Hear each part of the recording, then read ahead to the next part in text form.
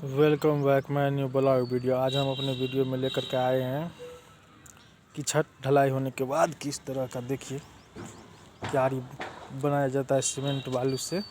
हल्का सा सीमेंट और ज़्यादा बालू दे करके ताकि तोड़ने में आसानी हो। और इस तरह से क्यारी बनाने से फ़ायदा होता है कि पानी डालने पर क्यारी बाई क्यारी पानी भरा रहता है और अच्छा से छत पानी पीता है। तो जब भी छत ढलाई करवाए तो इस तरह का क्यारी बनाना ना भूले ताकि पानी पटाने में अच्छा है। देखिए किस तरह से छोटा छोटा क्यारी बनाया जाता है और बनाने के बाद इसमें मोटर यानी पानी पाइप के द्वारा भर दिया जाता है और उसके बाद हफ्ता 10 दिन तक पानी रहना चाहिए।